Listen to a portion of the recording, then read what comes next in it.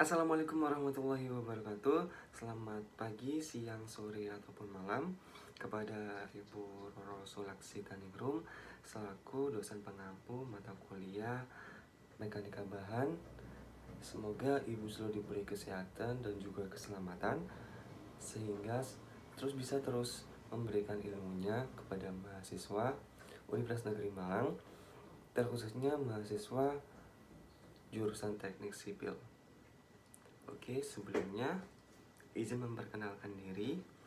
Perkenalkan, nama saya Ahmad Zain Maulana. Saya dari program studi D3 Teknik Sipil dan Bangunan kelas A1 offering 03 AA. Pada kesempatan kali ini, saya ingin memenuhi tugas ujian tengah semester, yaitu menjelaskan mengenai perbedaan antara tegangan dan regangan pada material beton dan baja, dan juga menjelaskan dan menganalisa apakah diagram tegangan dan regangan material beton dan baja bisa diaplikasikan juga pada material getas dan ulet. Oke, langsung saja pada pembahasan yang pertama, yaitu mengenai diagram tegangan dan regangan pada material baja. Oke, di atas saya telah terdapat diagram material tegangan dan regangan material baja. Pada diagram tersebut terdapat beberapa daerah, yaitu daerah terbagi menjadi 4, daerah A, B, dan juga C, di mana setiap kurva daerah memiliki arti tersendiri. Yang pertama, pada daerah A, yaitu terbentuk seperti garis miring yang menandakan bahwa baja pada kondisi ini bersifat elastis, yang artinya jika gaya dihilangkan, maka tegangan dan regangan akan kembali kepada titik nol atau kembali pada semula. Hal tersebut bisa diibaratkan seperti penggaris ini. Jika penggaris ini diberikan gaya atau tekanan, maka jika gaya dilepaskan, maka akan kembali ke titik awal. Kemudian pada daerah B,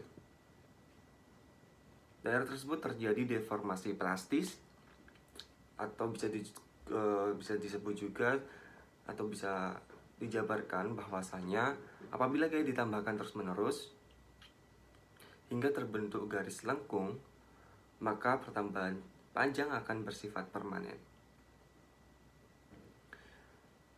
Dan juga regangan terus meningkat meski nilai tegangan relatif tidak berubah.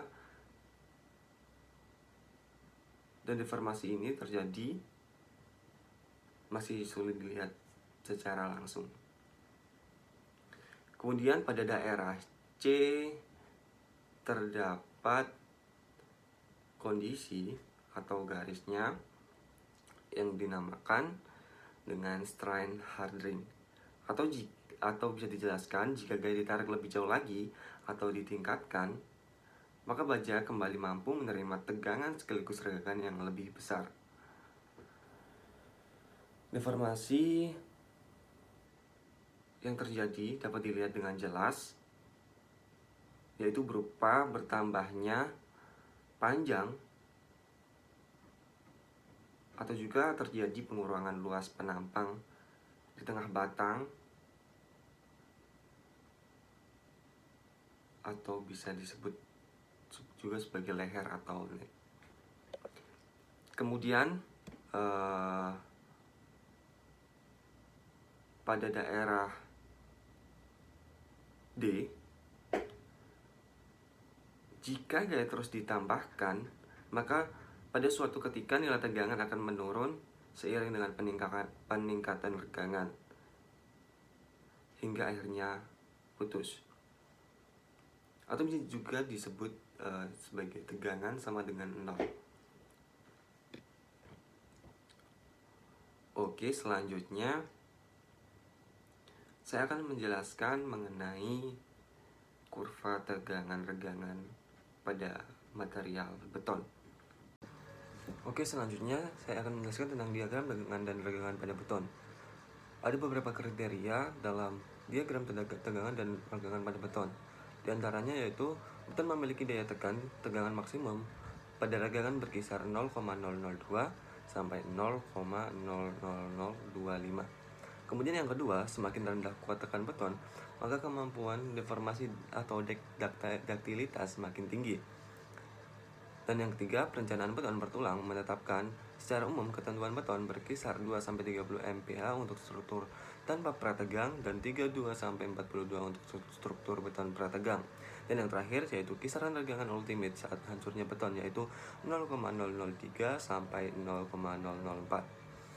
Dapat dilihat di samping merupakan diagram tegangan dan regangan pada beton. Kemudian selanjutnya yaitu analisa diagram tegangan dan regangan pada material getas dan ulet. Dapat diketahui dari pertanyaan yaitu apakah dapat dianalisa mengenai tegangan dan regangan beton dapat diaplikasikan pada material getas dan ulet. Jawabannya adalah bisa, karena kedua material tersebut memiliki daerah deformasi plastis, akan tetapi ada beberapa perbedaan antara material getas dan ulet. Ini dimana biasanya material ulet memiliki area deformasi plastis yang luas, yang dapat juga membuat penyerapan energi yang besar, dan untuk material getas malah sebaliknya. Adapun beberapa faktor deformasi plastis yang mempengaruhi tegangan diantaranya yaitu penyebab patah itu sendiri yaitu dapat disebabkan oleh tegangan yang statis pada suhu yang lebih rendah dan temperatur material tersebut. Contohnya, jika terjadi pada ulet dapat dilihat tandanya yaitu saat adanya deformasi plastis, proses pemanjangan retak terjadi cukup lebih lama, yang menandakan material memberikan perlawanan terhadap pemanjangan retakan, sedangkan material getas dapat menyebar dengan cepat dan tidak stabil. Dan dapat ditarik kesimpulan bahwasanya ketika terjadi patah ulet, penyebaran retakan stabil asal tegangan sama tidak berubah, sedangkan pada material getas penyebaran sangat cepat dan tidak stabil. Itu saja yang dapat saya sampaikan, kurang lebihnya mohon maaf. Wassalamualaikum warahmatullahi wabarakatuh.